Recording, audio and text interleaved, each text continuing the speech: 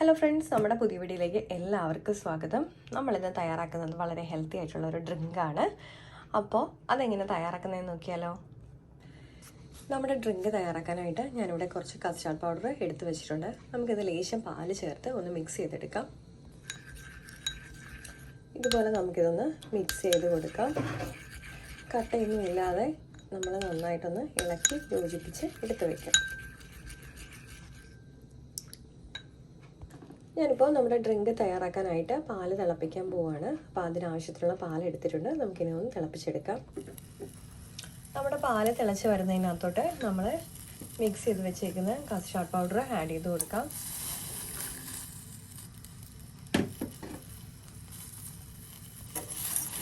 നമുക്കിത് നന്നായിട്ടൊന്ന് മിക്സ് ചെയ്ത് കൊടുക്കാം. ഈ സമയത്ത് നമുക്കിതിനാവശ്യമുള്ള മധുരം കൂടി ആഡ് ചെയ്ത് കൊടുക്കാം.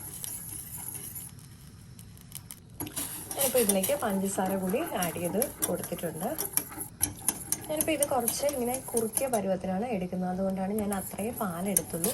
നമുക്ക് കുറച്ചുകൂടെ ലൂസിൽ വേണമെന്നുണ്ടെങ്കിൽ നമുക്ക് കുറച്ചുകൂടി പാല് ചേർത്ത് കൊടുത്താൽ മതി.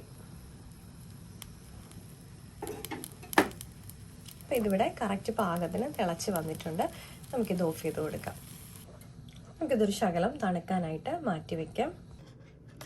നമ്മുടെ പാലിവിടെ നന്നായിട്ട് തണുത്ത് വന്നിട്ടുണ്ട്. നമുക്കിനി ഒരു ഗ്ലാസ്സിലേക്ക് കുറച്ച് മാതള നാരങ്ങയുടെ അല്ലി ഇട്ട് കൊടുക്കാം.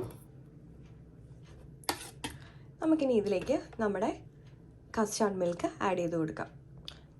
ഞാനിപ്പോൾ നമ്മുടെ കസ്റ്റാർഡ് മിൽക്ക് ഇതിലേക്ക് ആഡ് ചെയ്ത് കൊടുത്തിട്ടുണ്ട്. നമ്മൾ തണുത്തതിന് ശേഷം മാത്രമേ ഇതുപോലെ ആഡ് ചെയ്ത് കൊടുക്കാവുള്ളൂ. അപ്പോൾ നമ്മുടെ വളരെ എളുപ്പത്തിൽ തയ്യാറാക്കാവുന്ന ഹെൽത്തി ആയിട്ടുള്ള നമ്മുടെ ഡ്രിങ്ക് ഇവിടെ റെഡി ആയിട്ടുണ്ട്. എല്ലാവരും ട്രൈ ചെയ്ത് നോക്കുമെന്ന് വിശ്വസിക്കുന്നു. മറ്റൊരു വീഡിയോ കാണും വരെ നന്ദി, നമസ്കാരം.